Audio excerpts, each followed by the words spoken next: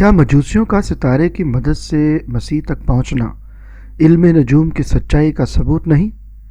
मजहबी और थोलॉजिकल सवालात। इल्म नजूम की मुखालफत और मजूसियों की तारीफ के दरमियान तजाद। बाइबल में इल्म नजूम को बार बार मकरूह और गुनाह करार दिया गया है। यसाया नबी की किताब उसका 47वां बाब 12वीं तक 14वीं आयत और इस्तिश्ना की किताब 28वां बाब 10वीं तक 12वीं आयत पढ़ी जा सकती हैं। लेकिन मजूसी जो इल्म नजूम से वाबस्ता थे, यस्सु के बारे में पहला ऐलान करने वालों में शामिल हैं। नाकदीन सवाल करते हैं, क्या ये वाक़या इल्म नजूम को किसी हद तक जायज़ करार देता है? अगर खुदा ने इस सितारे को दिखाया तो क्या ये इल्म नजूम की तायद नहीं? बाइबल की इन आयात का क्या मतलब है जो इल्म नजूम की मुखालफत करती हैं?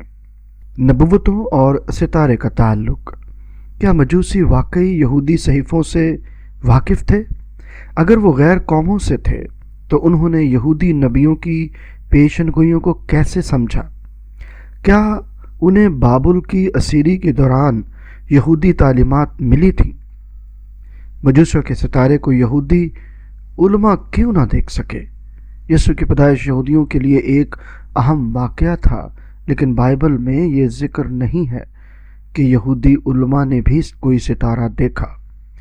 नाकदीन सवाल करते हैं कि खुदा ने सिर्फ गैर कौमों को ये निशान क्यों दिया और अपने मुंतखब लोगों यानी यहूदियों को नहीं?